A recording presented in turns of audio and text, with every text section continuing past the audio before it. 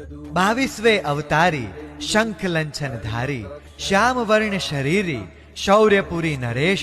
समुद्र विजय सपूत शिवा देवी नंदन द्वारकाधीश बंधु जीवदया प्रतिपालक पशु उगारी सर्वोच्च बाल ब्रह्मचारी मोक्ष फल प्रदायक ऐसे श्री नेमिनाथ प्रभु का आज जन्म कल्याण। गणिकम्मा नेम प्रभु ने